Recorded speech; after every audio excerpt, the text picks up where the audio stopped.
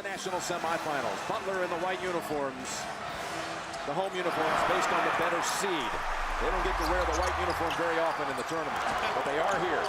They got to wear it in the first game against Old Dominion. Many thought that the Monarchs would take them out right away, but here they are again, trying to finish off what they came so close to accomplishing last year.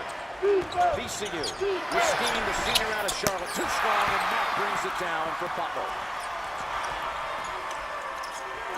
I really think it's important for Butler to be in attack mode offensively, Jim. Because of the pressure that VCU applied, you have to attack that pressure for high-quality shots early in the offense and get to the rim. Well, they found a high-quality shot with Mack draining the three from the corner. Jim, I'm looking to see if VCU can get over the early game jitters. This is their first time here. Obviously, Butler here a year ago. That one rims out to Nixon, but on the putback, no, tipped out to Mack. Going to take middle, and he's going to pull up. Some nifty dribbling past Rodriguez. He's in the lane. Come back out with it. Howard, who became a three-point threat this year, stiff ball with a long-range three, and it's pulled down by Burgess. It is a big stage. I know they played in the Alamo Dome last week, Steve. But you got 76,000 here in Houston, and it seems much bigger having been at the Alamo Dome many times in the past. This one is as cavernous and gigantic a feel as you'll find. Now there were about 15,000 in the Alamo Dome, so you're right. This is a totally different atmosphere. And already they've missed some good looks on their first couple of possessions. Another good look and a short one by Ed Nixon. He's missed two from the outside, and Butler clears again. But you like the quality of the shots, Jim. They've had 4 cracks at it. Haven't made a one so far. Down low, Mack. Great passing by the Bulldogs. That's what they do. I mean, they are so good with their half-court execution. They cut, they space the floor, they pass the ball, and they really execute you to death if you're not consistent and disciplined with your defensive assignments. Rodriguez over to Skeen. Now some snappy passing. Sets up Burgess. No on the three. Underneath, that's right off the leg of Haley. Then it goes back to the Bulldogs. Well, Steve, the point you made about the early jitters, you can see a little bit of that with VCU in the missed shots. Just a tad short. Yeah. That one was wide right a little bit. Yet I like the shot quality, and now full court pressure here. This is where Butler has to really be in attack mode, in my mind. Javonte Reddick has come in. That was the right play. Yep, it just went right through the hands of Smith. Howard's pass, maybe a little too much zip on it, but Reddick is into the lineup for the Rams. I'll tell you what's interesting. Kansas tried to attack the pressure early last week, but they got away from what they were trying to do. They had a couple of scores, but a few turnovers, and all of a sudden, before they knew it, the pace and the tempo went VCU's way. So you have to attack, but you got to do it judiciously. And you've got to make sure you get transition defense at the other end as you look at Burgess, who's been terrific all tournament long. And he hits that one for the first points of the night. Big shot, Brad, as they call him. Hits the three. Double up now on Van Zandt. They break the press. Stegall taking it, and underneath Smith misses it with the left hand, and it's cleared away by Skeen. You got to finish those opportunities. Well executed by Stegall.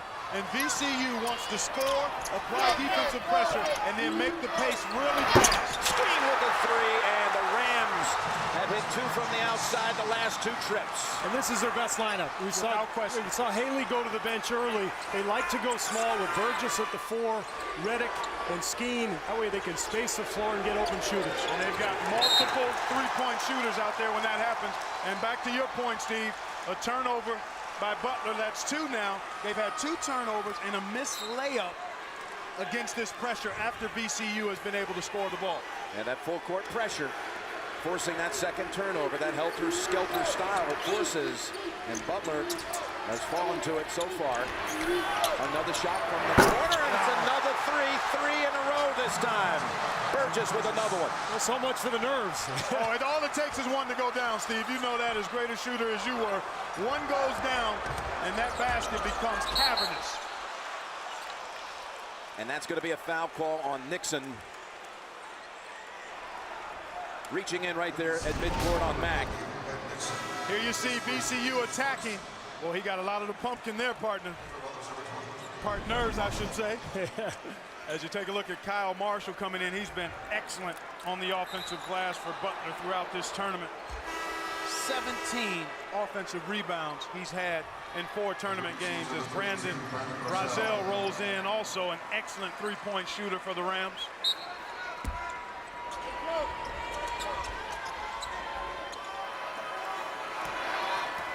So again, Butler brings in Marshall for the first time. Very productive minutes in the tournament. Their top scorer off the bench. Mack wants to take the 3. And Butler's gone cold after scoring the game's first 5. Brazel just came into the game. Gives it up to Rodriguez. Because VCU will play 9 to 10 guys, Jim, they can keep the intense pressure on you both ends of the floor. Defensively, they can stay energized and aggressive, and offensively, they've got the pedal to the metal at all times. That is Skeen scoring from the inside. The transfer from Wake Forest, former basketball, Mr. Basketball out of North Carolina. And that's 11 unanswered, and they almost force another turnover. Van Zandt gets it up ahead. Howard with a 3, and no one. Well, there's Marshall on the follow, and it goes, even though it was partially deflected by Burgess. Got to get back, though. This team really does a nice job after the opponent scores at pushing it right back at you. Howard quickly sending it over to Stegall, who snaps it to Van Zandt with a 3, and Butler rattles out. I think Butler's got to be careful here, guys. I mean, they're getting caught up in this pace pretty early. Skeen able to grab it on the side, puts it up, hits the floor, and he's hurt. He is hurt. The foul on Marshall. And Skeen, he's shaking off the right hand. He'll have free throws. We believe he'll try them when we come back. Jim Nance here with Clark Kellogg, Steve Kerr at the Final Four. Butler taking out 1s and 2s on the way to the Final Four consecutive seasons. No school's ever done that. And VCU with those 4 wins by double digits. And here's what happened. The foul by Marshall. And Skeen grimacing, hurt his hand. It appeared as though he fell on his right hand, Jim, but he seems to be okay. I thought he had taken a bunny hop there prior to getting into his shot, but the officials called the foul, and he'll be at the free throw line. And already, guys, we've seen the effectiveness of Skeen. This is what he did to Kansas last week. He's gone inside for a post move. He stepped outside for a 3-point shot. That's what makes him such a difficult cover. Well, you know what we call that in my vernacular, don't you? Reversible clothing. Yeah, I knew there was something. Yeah, you can go inside and outside. Butler brings in Ronald Norad, number 5, and Zach Hahn, number 3, for the first time. Skeen, now he got the second one. Of the 10 shots taken so far by the Rams, 7 have been 3s. Well, they've averaged 11 3-point field goal makes per game in the tournament, Jim. They've made 53. Zach Hahn on the floor, Ronald Norad, and look at how quickly this VCU team closes out when they get into that aggressive trapping style defense. They will fall back into either man-to-man or zone. Man-to-man on this one. And they mix it up nicely. And it forces you to use shot clock as you're trying to recognize what defense they're in. Double up on Mack, 5 to shoot. He finds Norad, puts up the jumper, never touched the rim. Picked off the floor by Skeen. You called it, Clark. Shot clock down to 8. Norad doesn't want to take that shot, but he's forced to. Brazel, and a reach-in call coming up on Butler. For Final Four game stats, highlights, social media updates, and live post-game press conferences on your computer, iPad, or iPhone. Log on to mmod.ncaa.com. Foul on Norad. So coming in is Darius Theus. He'll inbound it here. He's the heir apparent at the point for the Rams, and he tries to bounce it inside. They're going to call Mack for wrapping around Burgess, the first on Mack. That was a borderline tackle. Had a little football feel to it, Rogers. Now, if you're Mack, you got to be very careful. Yep. You can't pick up a second quick one here. He's the most dynamic offensive player on this Butler team. They need him on the floor. Without question, Steve. They could use some good tacklers here in this building most of the year when the Houston Texans play here. Boy, that defense has been going lately. There's size advantages at 2 or 3 different positions for VCU. Let's see what happens on the glass. Kyle Marshall able to reel in that defensive board. But Zach Hahn and Ronald Norad, Jim, both matched up with guys that are 3 or 4 inches taller than them.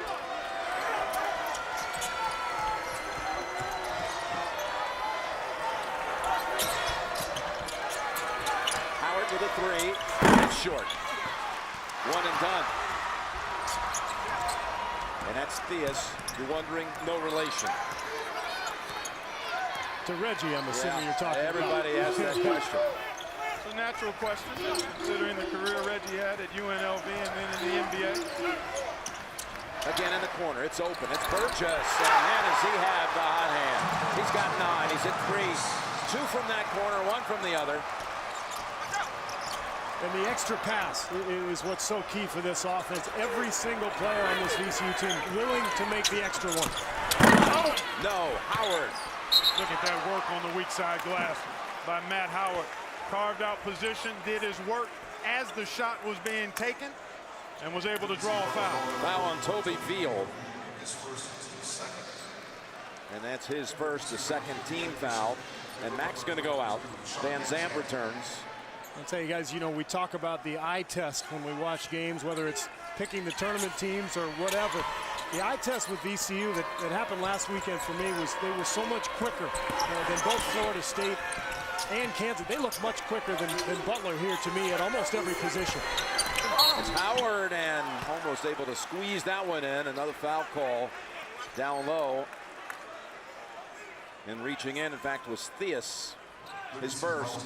The women's Final Four begins tomorrow at 7 o'clock Eastern Time on ESPN. Stanford against Texas A&M in Game 1, followed by a renewal of the Big East rivalry. UConn and Notre Dame. For more information on the Division I Women's Championship, go to NCAA.com. So that's taking place in Indianapolis, Jim. As a matter of fact, I'm hoping to get back in time to see the championship game on Tuesday night. should be able to make that. Yeah, I think so. Got a chance without any hiccups. Really important. You made the point, Steve, that VCU clearly quicker at a number of positions than Butler.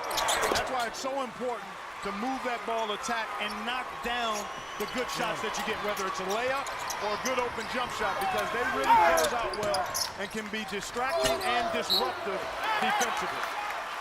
Theus zipping that pass in there for Veal, and it's the first turnover of the night on the Rams. And I think what's happened, Clark, here a little bit tonight and also against Kansas last week, what looks to be an open look all of a sudden isn't that open because of the ability of these guys to close out on shooters. They've got tremendous closeout ability. Kansas shot 2 for 21 from the three-point line. Much of it from open looks, and many of them from open looks. But as the game goes on, you miss more and more of them. That rim gets smaller and smaller. No question about it. And I think that's part of what happened against Kansas, as VCU was able to continue to spray those threes. Butler shooting only 27%. Tapped up, no. Now this is where you would like to see, I think they're going to call Skeen. 2 shots, yeah, because he controlled the rebound.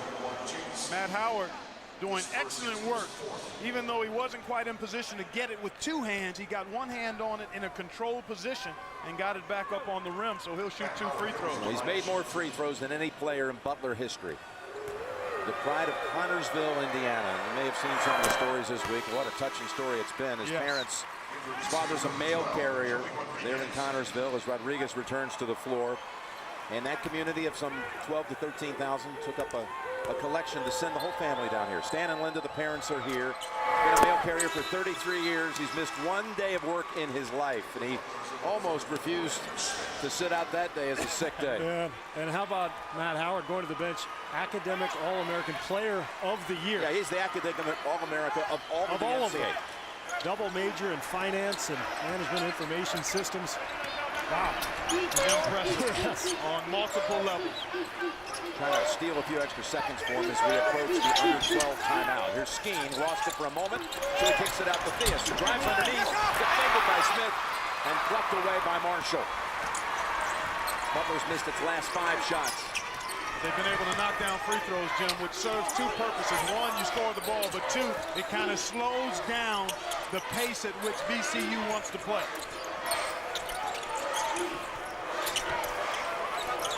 Both Mack and Howard on the bench right now.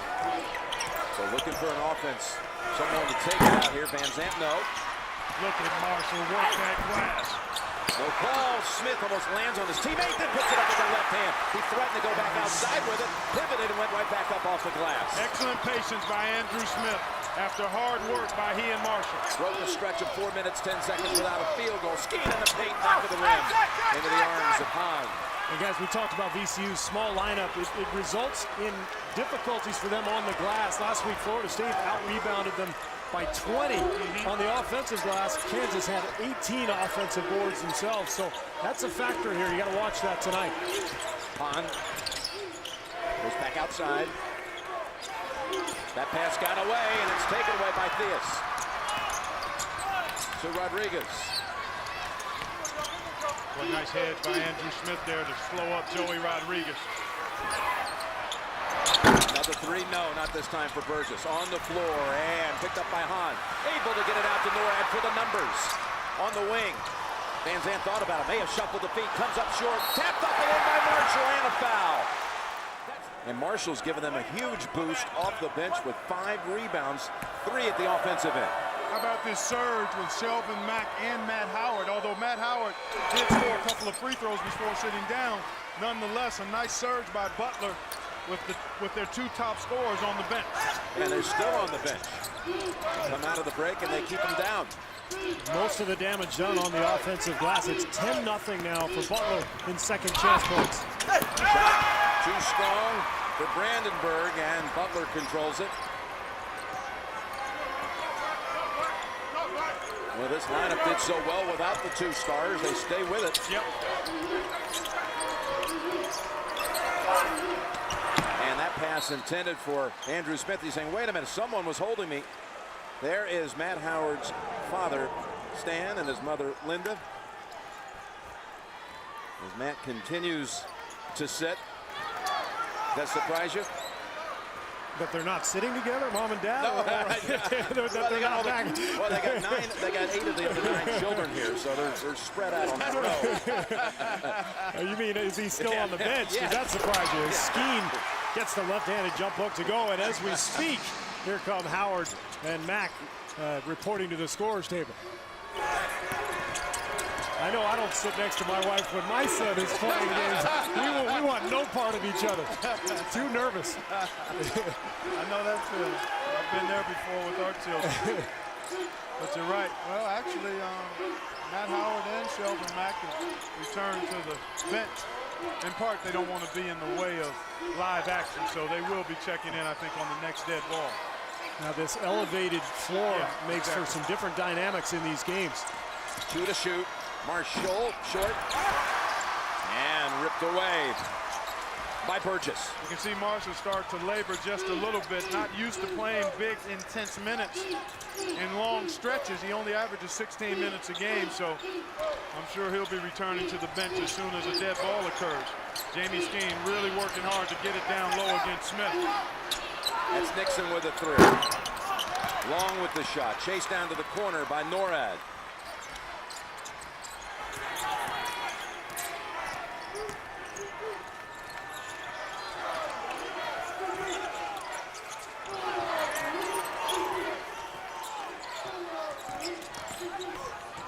Norad comes back out with it.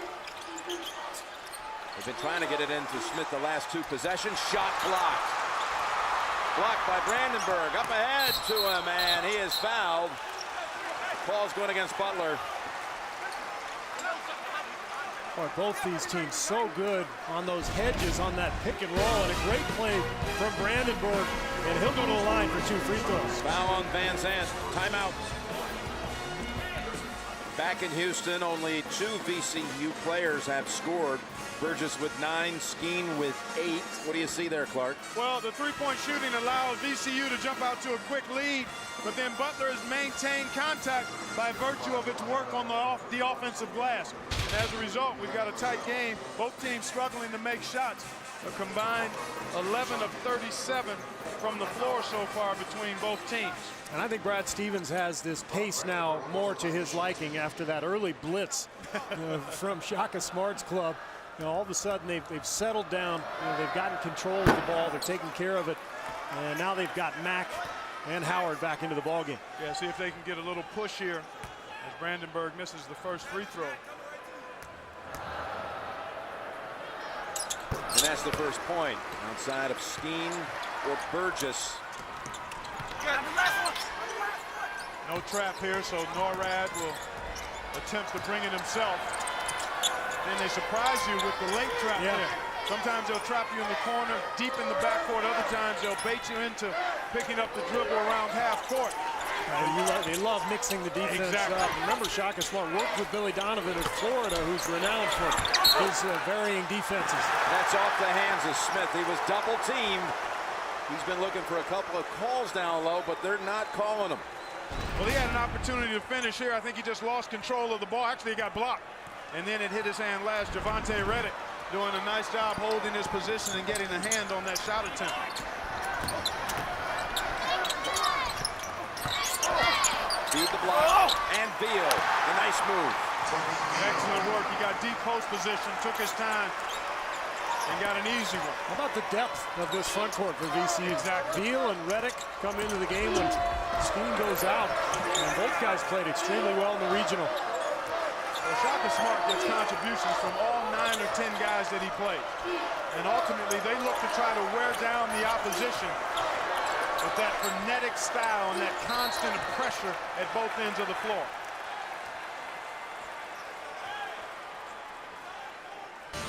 Foul call is on Reddick. It's Country Music's Party of the Year. Reba McEntire and Blake Shelton host the Academy of Country Music Awards live tomorrow. Only CBS. 6th team foul on the Rams. That's Mack. And he's back on the board. He had 5 quick ones at the start. Now with 8 on the night. Rozelle driving, and it's going against VCU. They got him on the push-off with that left arm.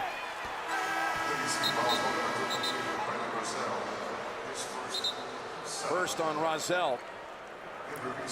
Brandenburg will go out, and Burgess back out for the Rams.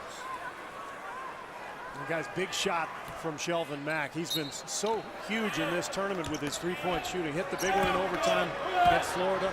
Had, what, 30 against Pitt in that crazy game. And he's the guy who can break down this VCU defense when there's nothing else there. Van Zandt got a screen really by Howard. Excellent decision there, Jim, and you called it. The screen allowed him to settle into the mid-range jump shot without any defender around him. And the shot ties it at 20. Jamie Skeen returns for Reddick. Yeah, Shaka Smart knows he needs an offensive threat out there. That's right, he does. He needs what Jamie can bring him, scoring in the post area as well as stepping out and shooting the three.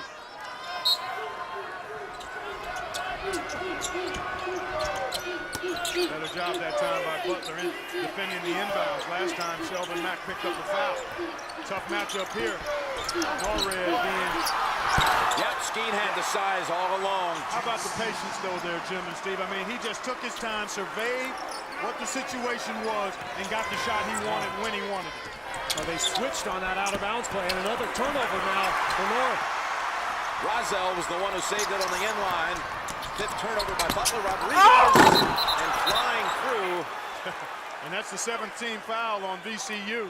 I think that was Veal who came over the top. He's a high riser. Well, we saw it there. Yeah, but had nowhere to go. Here's Rodriguez being challenged by Howard. And then there comes Veal. And he clearly was all over the back of Andrew Smith. That's a second on Veal.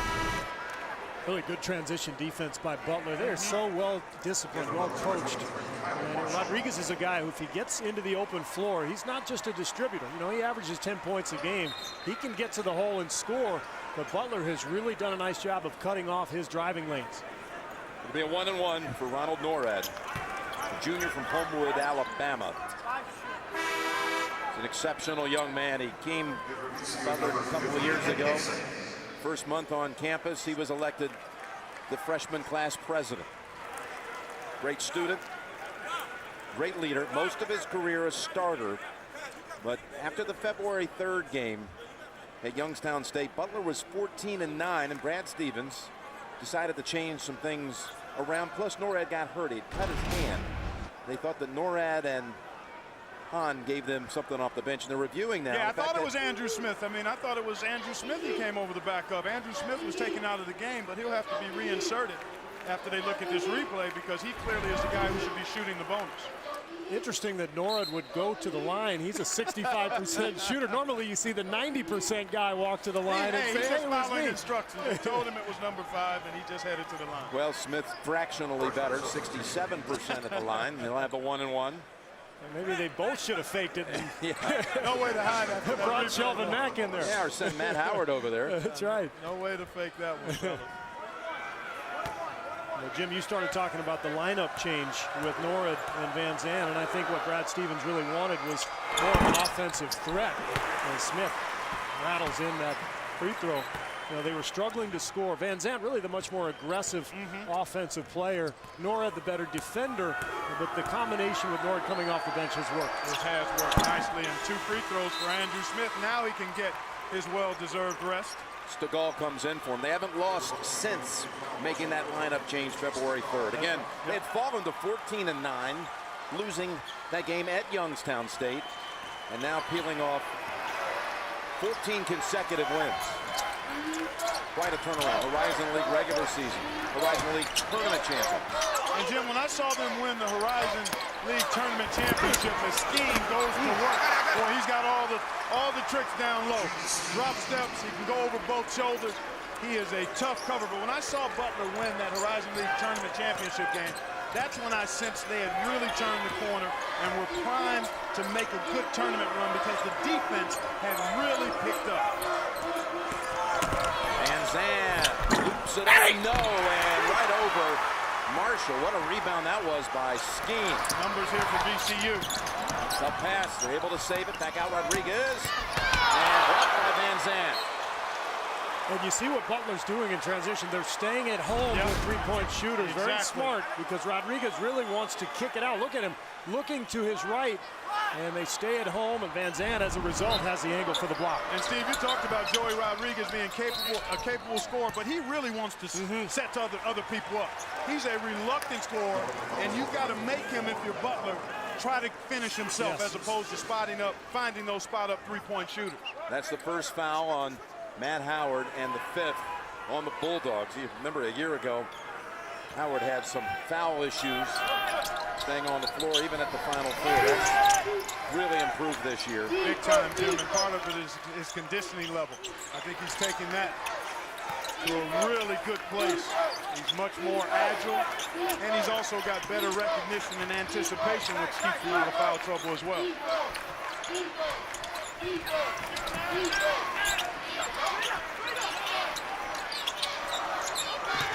Dixon steps into the paint and back to the rim. That is Howard. Over the top pass to Mack. Mack takes the 3 and nails it. Shelvin Mack. We talked about him being as sharp as a steak knife at the top of this show.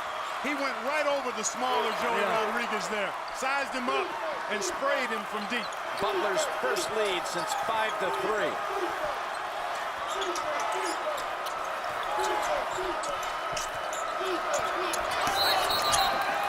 That's going the other way. Called on Skeen. Tonight's aerial coverage provided by DirecTV. On the far side of Reliant, you see one of the former wonders of the world, the Astrodome, where the 1971 Final Four was contested, but where the first domed game was ever contested back in 1968. Guy V. Lewis, the legendary Houston coach, came up with the concept. They hosted UCLA, the first televised regular season game in NCAA history. And that's a timeout call. And then Skeen, by the way, as we went to the last break, that was his second. Butler's come back from 8 down, leads by 1. I'll tell you what, though, his team absolutely feeds off of his energy. Without question. They are a reflection of his energy and his spirit. And they do something like that at every practice. Oh, yeah. It wasn't something they just did yesterday. It's part of who they are and how they prepare. Well, you saw a nice little subtle change after that timeout. They got the ball in to the middle of the court instead of getting trapped on that sideline.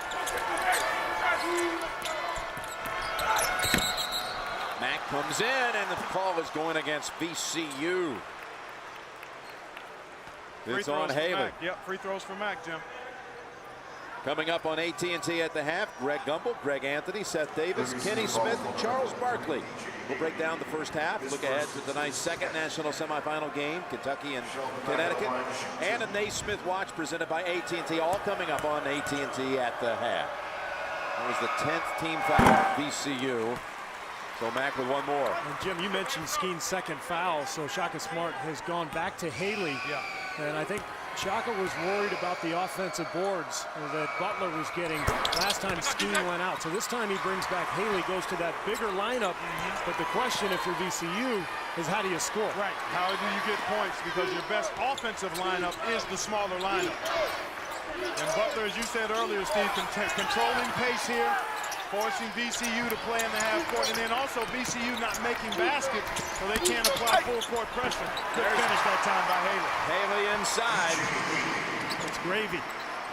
He averages 1 point per game. I mean, he's a freshman. He plays those senior day minutes, we call them. You know, it gets us 3-4 minutes, and then they take him out. But anything they can get offensively is huge. No look pass. Van Zandt set it up, and he found sneaking in on the baseline Marshall. And Howard, meanwhile, takes it in and steals it, and he'll head to the line off the Haley foul. What a turn of events right there. Beautiful pass by Van Zandt, set it up. For instant analysis and highlights of the Final Four, log on to SI.com. Second foul on Haley. You know, Butler in the tournament, guys, has kept teams at about 61 points a game, and you touched on it, Steve, controlling the pace now. They're doing it by getting to the foul line, knocking down foul shots, transitioning well defensively. We look at Jamie Skeen, he is out of the lineup. This team, VCU, has had 4 guys average double digits in the tournament. He's the only guy in double figures now, and he won't come back until the second half, I would think. Howard gets 1 of 2. I would expect VCU to run Burgess and Rozelle off some screens here, try to get an open look. They haven't had any looks from the three-point line in the last 8-10 minutes of this half. And I think Joey Rodriguez might have to look for his shot a little bit more in the half court. Little switch off. Howard, well, he backed off, leaving Rodriguez open. Off the floor, it's Nixon, pinned underneath. Oh, how did he squeeze that one through? He just shoehorned along that baseline. Excellent work to get to that offensive glass. He beat Howard to the loose ball there. VCU comes right back with the full court pressure. So important for them to score, Steve, in order to apply this full court pressure and try to get the tempo back to where they want it.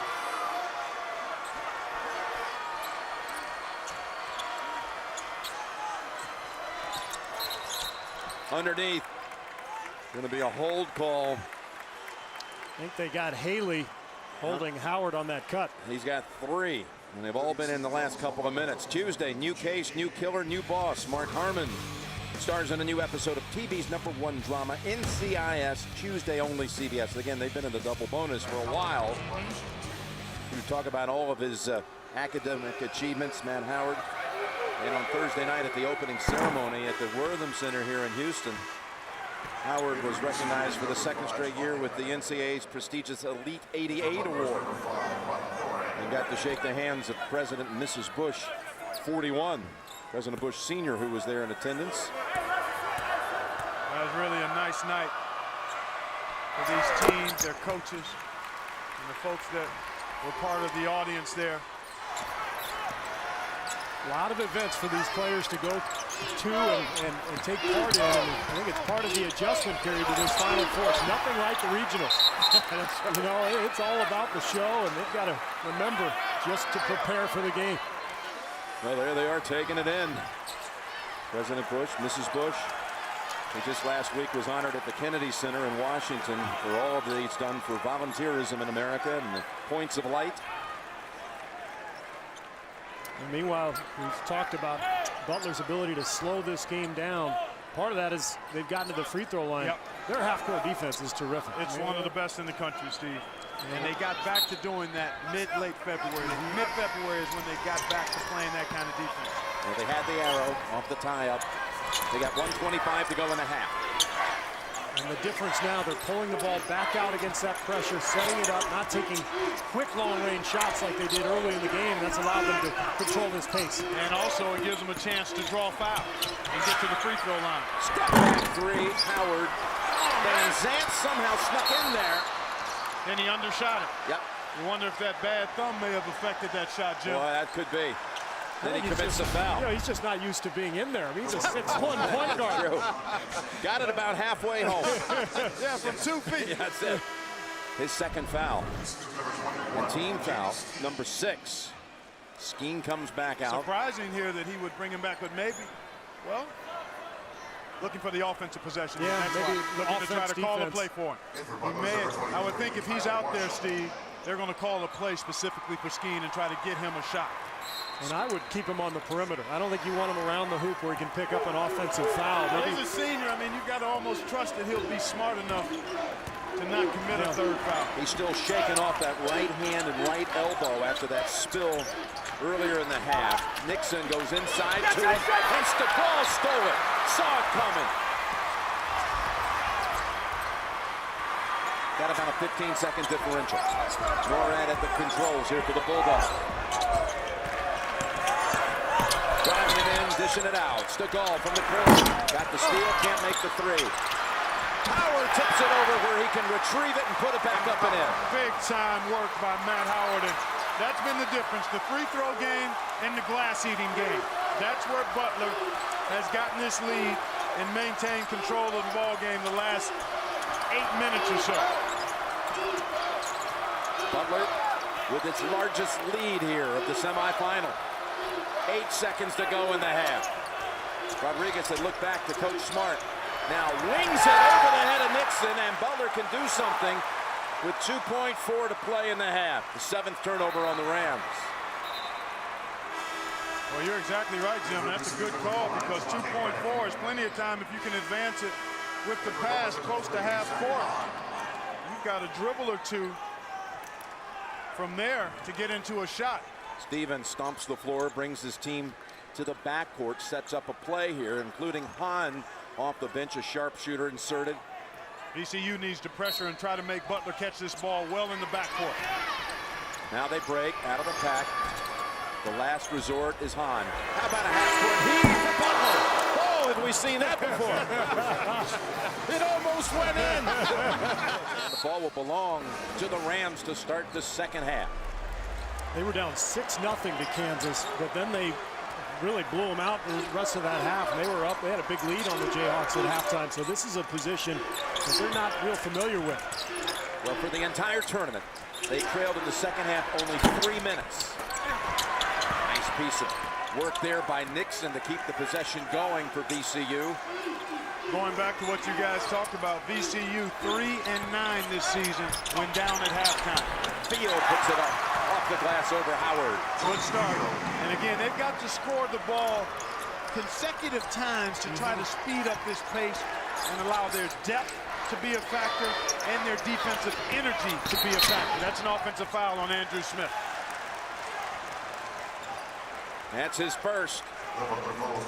Now VCU guys going against this tough Butler defense, but they've seen defense. Florida State had the #1 ranked defense in the country, and the Rams shot 45% in that game. They made 12 threes, and it wasn't all in transition off turnovers. I mean, a lot of that was in the half court, so this team can execute when the game slows down. Over the top. They get it inside. Good piece of passing, but it's Smith who pulls it down. Short shot was off the mark by Veal.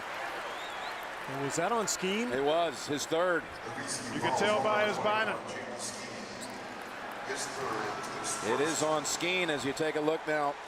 You got Bob Deacon, our producer, says, know your cuts of meat. We've got Veal and, well, Butcher on the bench there for Butler. We got no relation to Ron and Jeremy Lamb coming up later. Well, you know I'm a food analogy guy, so this was right in my wheelhouse. For you. And in that particular Final Four, I'll take the Butcher over Veal and Lamb. I think he wins that one. I'll take the fish. Bob Fishman in the truck in his 30th Final Four on his birthday today. Stakal from the corner. No, and the rebound right back to him. Tries to whip it inside to Smith, and there was nothing there. Stolen away by Nixon. Yeah, you're right, Jim. Not anything there at all, and the turnover results. And how about that sequence of events? VCU misses the easy little putback, and then Skeen picks up his third foul, so he goes to the bench. Burgess will head to the line. He did not have a field goal attempt at Burgess the last 9 minutes of the half after he had an electric start from the outside. All the castaways are going to Redemption Island, and what happens there will surprise and shock them. Don't miss it. An all-new Survivor Wednesday, only CBS, America's #1 network. So Bradford Burgess, junior from Midlothian, Virginia, at the line. His coach calls him a matchup nightmare. He can do it from the inside. We've already seen how accomplished he is from the outside in this game. Marshall in for Smith. And to finish up on Burgess, I talked to him yesterday and asked him what was the strongest part of his game. He said, well, I think it's my IQ, and I have a high IQ because my dad taught me the game. His dad, Keith, early on talked about not just playing the game, but thinking it and feeling the game. Interesting, and his mother, Myla, is an elementary school principal. Look at VCU keep the possession going. Mack, by the way, picked up his second foul a moment ago. Redick on the inside, and this is a good start for the Rams, the first 5 of the half. An excellent start, Jim, and it allows them again to get into full court pressure. Double team, they break it.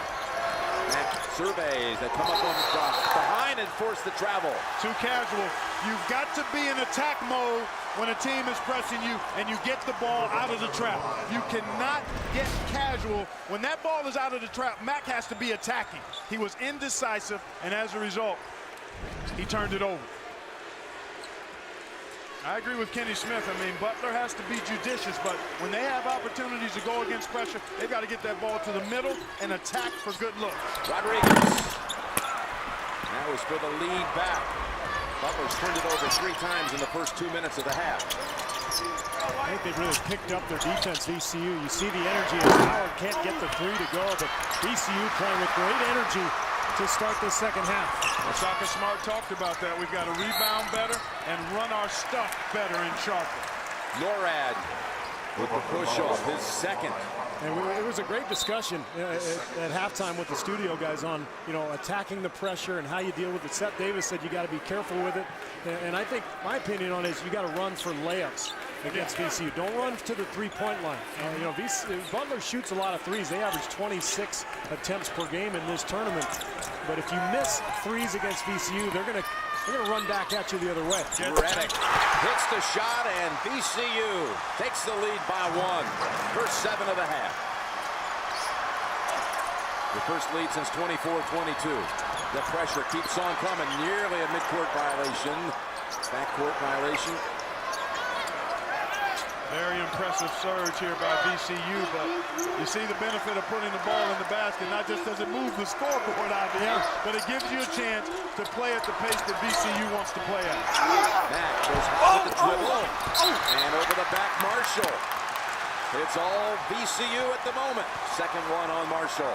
Better job from VCU rebounding the basketball. Shaka Smart, we heard him tell Tracy at halftime that they had to do a better job on the boards. They've focused on that. And for Butler, now all of a sudden, they've taken another punch. They've got to respond like they did in the first half. That's right. Rozelle about to check in, actually is checked in. VCU, just what you'd like to see if you're the Rams. Good aggressive play, sharp execution offensively, and on the lead. Mack removed from the Butler lineup. Zach Hahn for him. Here's a nightmare matchup. He's too big for Van Zandt. Blocked though by Howard, who came over to help.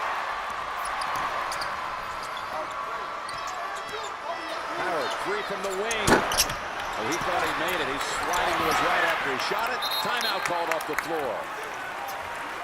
That's Marshall saving it, calling the timeout. Timeout Butler.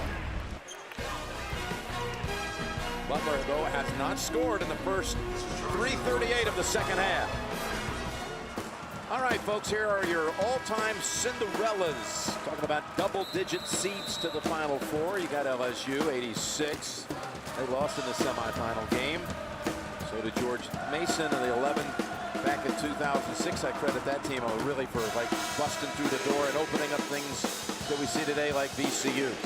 course, you're saying, wait a minute, what about Villanova? You're talking about all-time Cinderellas. I believe the winner of this game wins Monday night. That would be the all-time Cinderella in tournament history in the 73 years. I will not disagree with you, and John Thompson would love for it to happen. Howard gets the first basket of the half for Butler. Yeah, he's here on press row. He was talking that before the game. He says, somebody, please, I'm tired of hearing about Villanova. Exactly. We'll still talk about it, though. And that was last touch by Norad. Big basket there, though, Steve. Yeah. Butler, because they had gone a little bit dry. 0 for 4 shooting and 4 turnovers to start this half. So they respond with a bucket and get back on top here.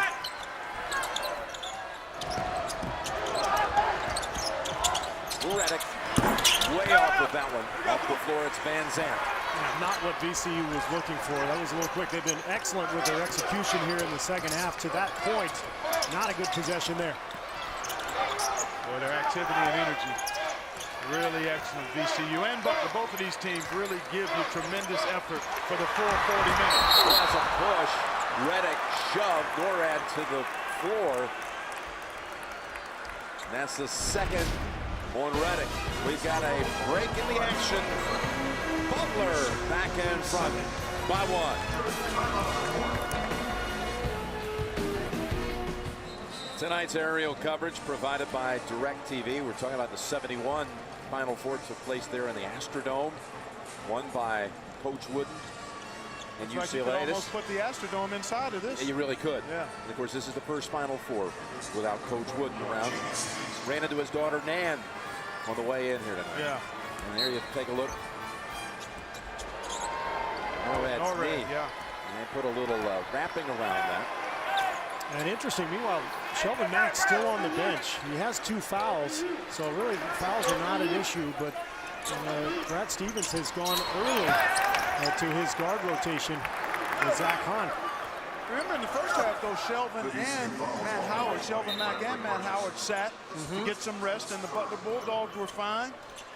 Held the fort down, and perhaps it's just as simple as wanting to give him a little rest early in the half, knowing that down the stretch he may be called on for big minutes the rest of the way. Wild shot put up by Marshall after Burgess' first foul. And back outside, Skeen with the 3. Yes! Joey Rodriguez. That's all him. Penetration, attacking. Again, you want to try to tag three-point shooters if you're Butler and make Rodriguez finish as opposed to find open shooters. And we're going to see the 2-3 zone from Shaka Smart trying to protect Skeen, who's got those 3 fouls. That's right. Mack will be coming back in the next whistle. Well, you need his three-point shooting ability against any defense, but particularly a zone. And it may be that Brad Stevens wants to have either Howard or Mack on the floor at all times. Good point. Norad takes a long one. Not his game. I was surprised. He took it, yeah. Rozelle down an open lane, kicked it back out. Here's Rodriguez looking for help. Rozelle right over Van Zandt, and Marshall has another rebound. His 8. Looked like VCU is going to end up with a great look somewhere, but Butler continued to rotate. That's what stands out about their defense. They rotate once, twice, 3 times, whatever it takes. Norad. Now, when Norad can do that, he can run your team and he gets loose ball. On with a 3, and he's got it. The sharpshooter from Newcastle, Indiana. He hit 2 big ones against Florida last weekend in that regional final game. They were so important for Butler because the Gators had an early 10-point lead. Hahn's 2 threes kind of kept them in it in that first half. Well, he's like, there's Skeen doing work inside and drew the foul too, Jim. You could see that coming. Yep. He had Howard behind him. And that's his now 17 points for Skeen. Second foul on Howard. Masters Live streams exclusive video of Amen Corner 15 and 16, featured group and more. Go to cbssports.com/masters, masters.com.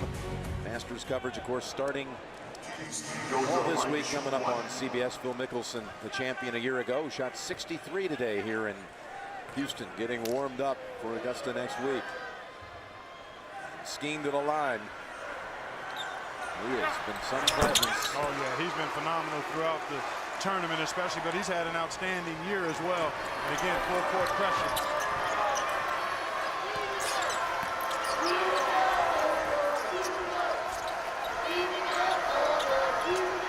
2 in a row. He's got it. Zach Hahn. Just call him an Allen wrench. Another lead change. He's got a designated, specific purpose, and that's to nail threes. Double tops, tapped up, and it hits out. I think that's 4. Is that no? That was Veal. Yeah, Okay. Veal was there, Steve. Boy, that's a tough break for Jamie Skeen because that was a terrific move, and he just wasn't able to finish it. Drop step, hang, soft, and then the tip in by Veal around and out, and then in his anxiousness, he commits the foul. That's his third. Yeah, and actually it was a little frustration too. I know about that. You tip one in that close, and you think it's going down. By the way, I don't know about that. Yeah, I'm going to say. How many of those did you have? 0. Andrew Smith. Jump hook, and underneath. How about another Norred? call on the Rams. It's going to be on Burgess, his second. Norred got in between the ball and Burgess and drew that foul. How many plays like that does Norred make? We saw one right in front of us where he dove in front of the loose ball and picked up a foul. And that's what he does. He doesn't shoot the ball well, but he creates extra possessions. That's 5 on VCU. Here's Mack driving in and blocked by Burgess. Rodriguez bounces in, and Razal puts it up for the lead back to the Rams. Now, Zach Hahn was so concerned about guarding that three-point line in transition, and the beautiful read by Rodriguez and Razal. Knocked out by Rodriguez. Beautiful bounce pass, setting up that hoop. Joey Rodriguez doing it twice now in this half, giving up nice assists. One on the three-pointer to Skeen off penetration, and that time recognizing that Razal had the back door and laid that ball out beautifully for him. And that was my mistake. I said it was Zach Hahn. It was actually Norred who got beat on that backdoor cut.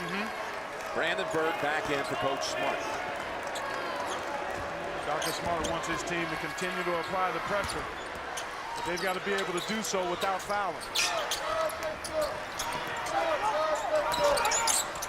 Mack has been quiet this half so far. Hahn drives in, goes the other side. He's got 8 points in the last minute. Maybe he's more than an Allen wrench. He can do more than just shoot the three.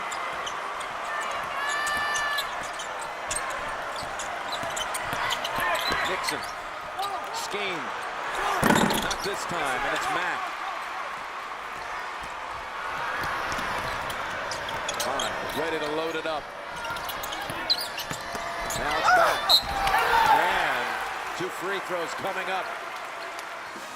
Along with Steve Kerr, Clark Kellogg, this is Jim Nance in Houston. We've had 8 lead changes in the second half alone. Butler now up by 1. And the Rams have made a run in this second half through their half-court execution. They're not just a three-point shooting team. They can carve you up in the half-court.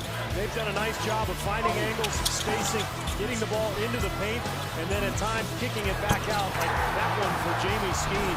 Well, this is a team led by Joey Rodriguez that can beat you a number of ways, and Shaka Smart, he's a tactician. He'll figure it out.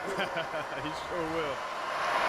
Mack still looking for his first point of the second half. He was fouled by Rodriguez going into the timeout, and Rodriguez is first. That was the 16th foul on VCU as he misses them both, but Smith unable to squeeze the orange there, and VCU comes the other way. Butler has 5 team fouls, VCU with 6. Free throw shooting down the stretch certainly will loom large as a factor with the game as close as it's been. Tough matchup here for Smith. Brandenburg inside, and it was an open lane, and somehow it stood up there for a long time. Boy, there have been a couple like that, Jim, for VCU this half. The tip in by Veal that didn't go, and that one. Mack, he's on the board with the 3. He's always the guy who breaks the ice. You know, we saw the shooting numbers a minute ago. Butler was shooting 33% before that shot.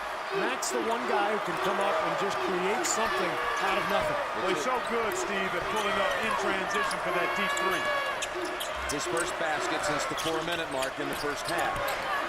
Over the top, defended by Butler. Back out to Razal. And a call's going on Butler, and it's on Howard. And now that's an issue. That's 3 on Matt Howard. Well, that evens the tally there between Skeen and Howard. And both players may have to back off a little bit from the aggressiveness standpoint. 6 fouls on each team. Skeen spins past Smith. That very easily could have been a 4th on Matt Howard. Shaka Smart letting the official know right there. But that's what he does. He keeps his hands high. Exactly. I thought that was a good defensive play by Howard. You can go up, chest the guy that's coming into you as long as you maintain verticality. And I thought Howard did that well there. Butler's out rebounded. The Rams by 12. Here's Norad running past Rodriguez. And Smith totally thought about jamming it. He got caught in between. Missed the easy 2.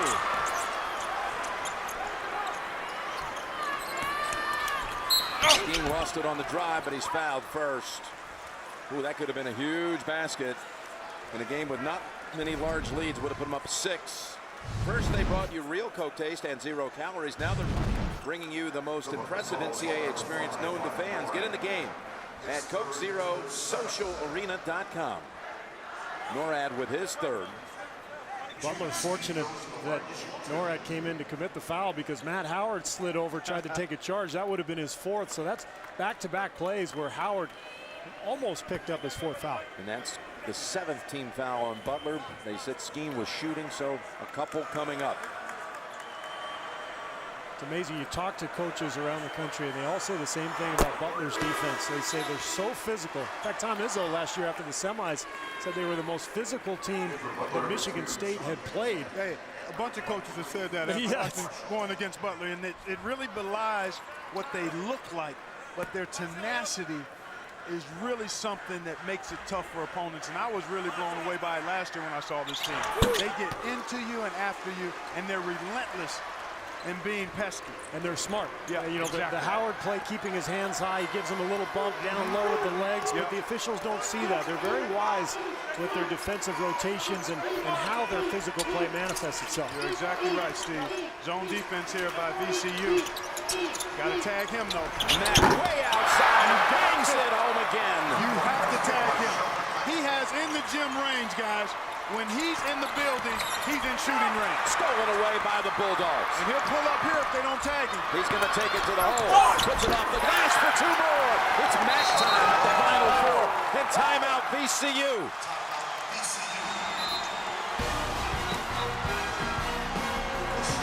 Butler with his biggest lead of the night.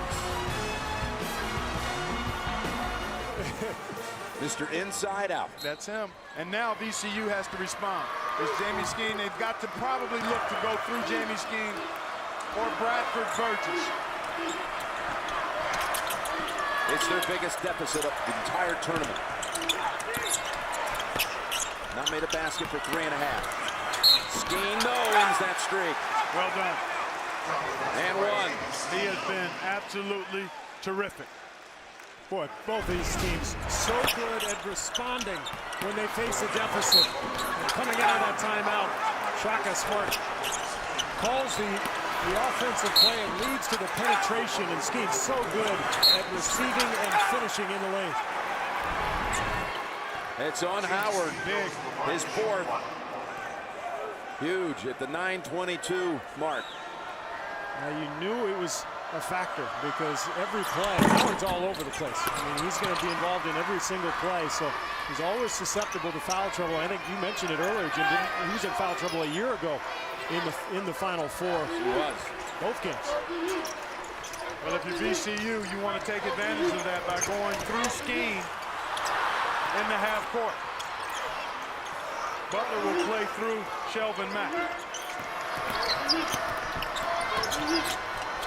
Mack fade away, rattles home again. With Theus all over him. But he's not big enough, I don't think, to really bother Shelvin Mack. I mean, Shelvin's not that big himself, but he uses his upper body so well to create space over smaller defenders. Mack has scored Butler's last 10 points. Rodriguez sends it home from 3. Big shot from Rodriguez. Boy, did they need that. 54-50, Butler.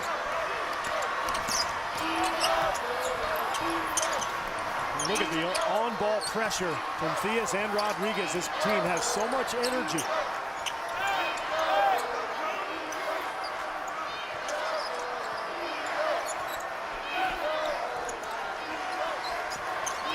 Morad taking it out on Skeen, and it bounces off the rim. Rodriguez. Off-balance three as he pulled up and was ready to make a second one. Well, I tell you what, VCU has had about 4 shots go down, halfway, and come out. Inside in that time on the transition three. Morad to Marshall. Baseliner, no. Well, the game changes when Matt Howard goes out of it. Without question. He does such a good job of being able to set screens and also be a three-point shooting threat, although he struggled from there tonight. Theus didn't even think about shooting. Goes back out. I think you got to be going through Jamie's scheme when you're in the half court here unless you get a quality look elsewhere. But VCU should be trying to play through him. Rozelle, no. Long rebound by Norad. Excellent job from Butler chasing Rozelle off that screen. That's something they do so well. They get low, they work around those big screeners, and they stay in the face of the shooter.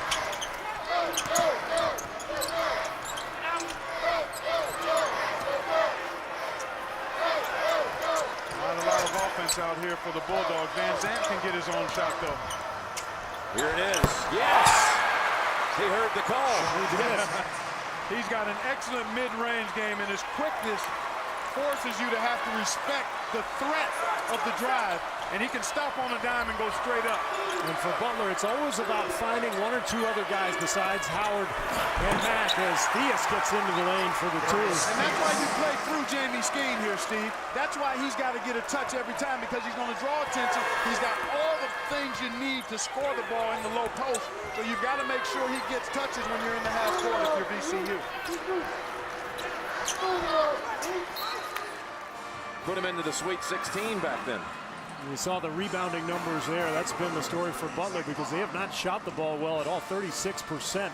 But all those second chance points have been key, as has their half-court defense and limiting the three-point line for VCU. All right, Butler comes out of the break. They put Mack on the bench for a rest. Howard still down. Van Zandt shot is rejected. Burgess coming over from the weak side. Rozelle, no whistle, and tapped out to Hahn. Looked like Rozelle got bumped on that drive to the hoop. Yeah, there was some contact, nothing called. Been well officiated both ways. A tough, physical, hard-fought game. Just as it should be. This is on Rodriguez. We'll put Van Zandt at the line for a couple. Again, it's Kentucky and UConn coming up after this one. Not a lot of words being spoken by that UConn team in the locker room. That's quiet time in there right now. A lot of thought, a lot of things to think about. Van Zandt gets the bounce. Van Zandt, who took a lot of satisfaction as Mack is going to come back in. Van Zandt loved that victory over Florida last week. He's a Florida kid out of Tampa. Not recruited by the Gators, but same goes for Kyle Marshall, his teammate. And he hits 2 big ones. As long as Butler is massaging this 4 to 6 point lead, I think Brad Stevens is going to be content to leave Matt Howard there on the bench. And again, early in the first half, Butler played well with Howard off the floor. So Brad Stevens has tremendous confidence in his reserves, and particularly Kyle Marshall, who's been outstanding during the tournament, especially in the last few ball games. Rodriguez, way downtown, rebound Norad. It's another one. You see Rodriguez throw his hands up in frustration. 2 in a row from the three-point line that have rattled in and out. The margin was 5 when Howard went out with his 4th foul. Increased the lead to 6, looking for more. Jim, they're going to get Rozelle away from the hoop on Norad. Norad was trying to cut to the hoop. Rozelle impeded his progress. And a tough night for Rozelle. who has really been terrific during the tournament. He gives them energy and production off the bench. Not been able to find his stroke tonight. Be a 1-and-1. 8th team foul on VCU. Norad at the line.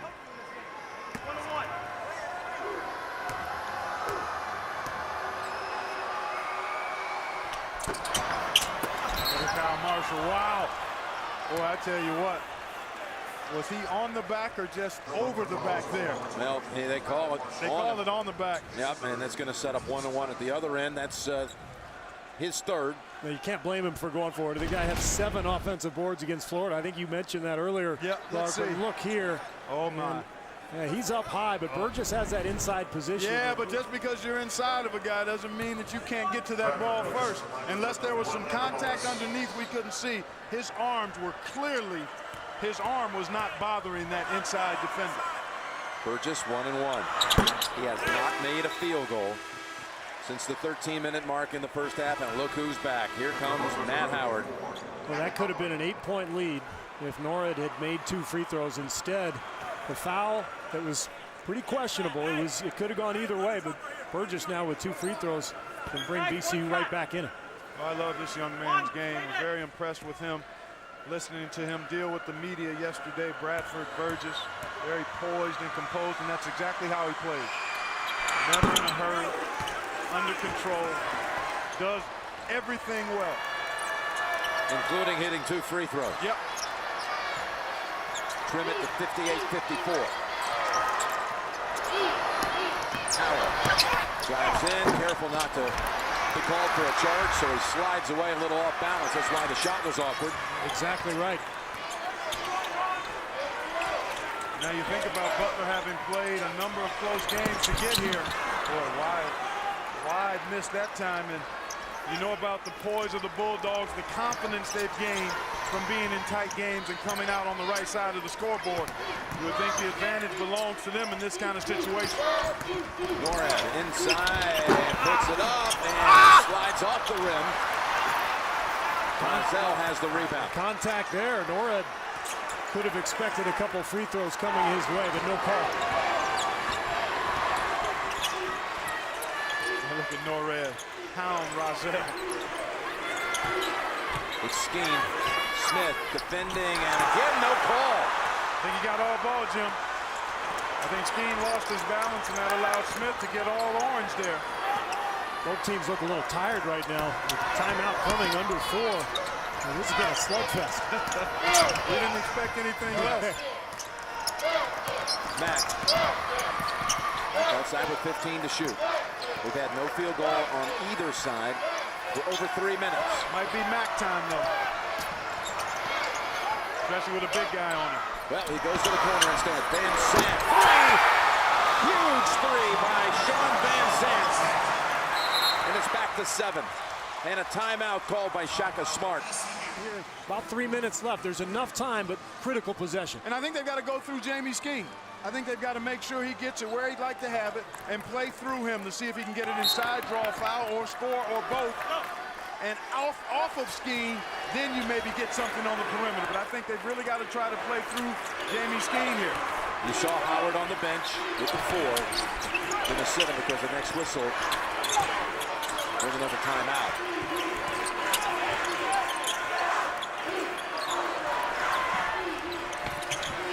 Keep him off the floor in the defensive end here.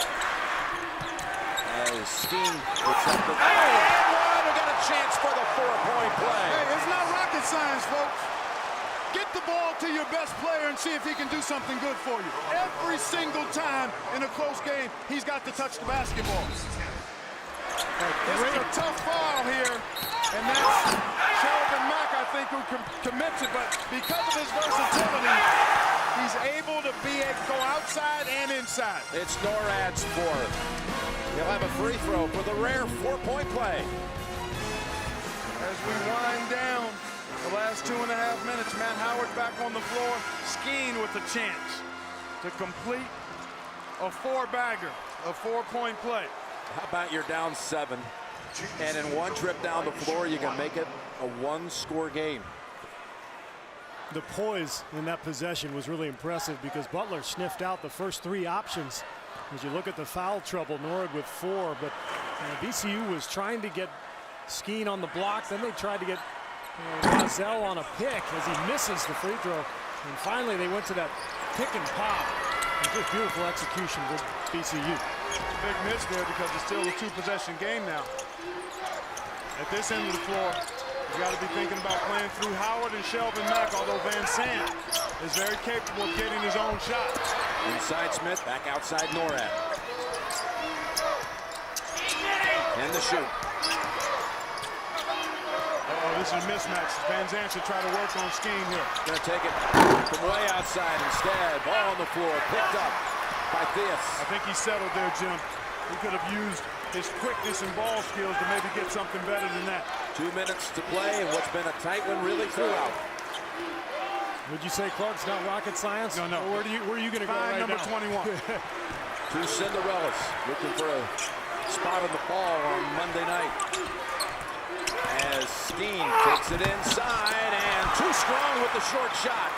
Like no call either way. Yeah, he didn't elevate enough. He didn't get the ball up enough. He made an excellent move, but just didn't get that ball high enough on the glass.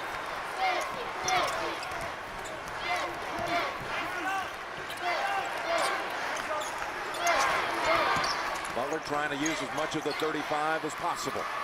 With 1:10 to go. Van Sant with 8 to shoot. The baseline fade away. No. Howard with the follow-up. The same shot he ended the game against ODU with.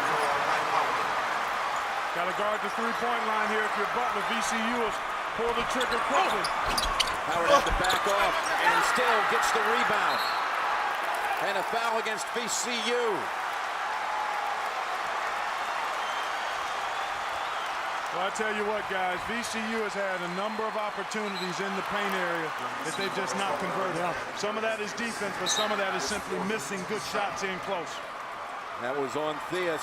And maybe fatigue playing a part. But boy, some opportunities have gone awry for VCU. I think you're right. Fatigue is a factor. Both these clubs playing such good defense, and all the bigs hedging so far out away from the hoop. That takes a lot of energy. 1-1 for Howard. He's 7 of 8 for the game.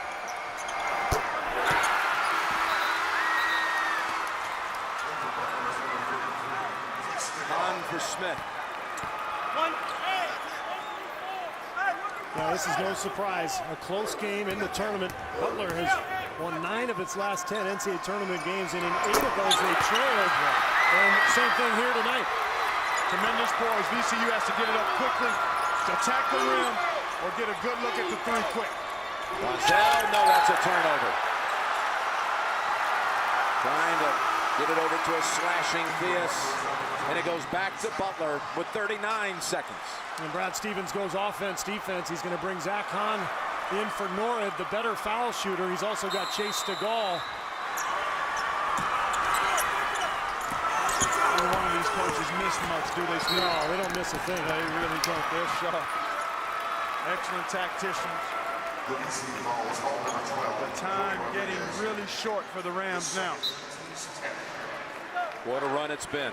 They had to play that extra game in Dayton. One of the last teams in. The coach, just his second year. Shaka Smart, he'll turn 34 coming Friday. He and his wife Maya announcing this week at the Final Four they're expecting their first child in September. He has done something quite remarkable, though. This team, there's so many people criticized for even being a selection into the tournament. Boy, did they justify their place. Then they just blew everybody out the last 5 games. But, you know, this shows how final the NCAA tournament is. Unless you win that last game on Monday night, that sense of finality and pain and suffering. I mean, this VCU team has been on such a great run, but they believed they were going to win Monday night. And now the dream's over. Hey, look at the teams they took out, including Kansas. They had every reason to dream that big as Skeen dumps it off the pass from Rodriguez and a timeout by the Rams. The margin is 8 with 30 seconds to play. VCU has. They will try to force a turnover here on the initial pass, but if it's gotten in bounds safely, they've got to foul immediately.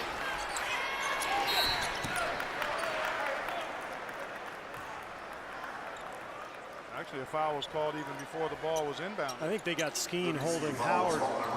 Yeah, I think you're right. Butler was trying to get Van Zandt and Howard in either direction coming off a pick. Both excellent foul shooters. And yes, it's going to be Howard going to the line at 78% on the year. You know, you look at summarizing this game, and clearly Butler had a huge advantage on the glass and got contributions, I think, Steve, from more people from an offensive standpoint. Zach Hahn had a segment where he was huge. Van Zandt hit a couple of big baskets. Matt Howard, Shelvin Mack obviously was tremendously productive. For VCU, it was primarily Skeen and Burgess.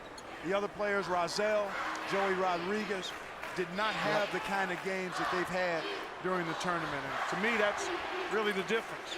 Yeah, no, those offensive rebounds in the first half really kept Butler in the game and allowed them to be in that position. And as we've talked about throughout, the toughness of this team. You know, VCU was the hottest team coming in. Butler's the toughest team. The way they win every single close game is just remarkable. Gets them both. Having a big night at the line, and there's Dad. He's going to get to stick around for a couple more days. Someone else has got to deliver the mail on Monday. That's right. Timeout, Butler. This is a 30-second timeout. His son would like to have a little special delivery, a little championship trophy come Tuesday back to Connersville and Indianapolis, too.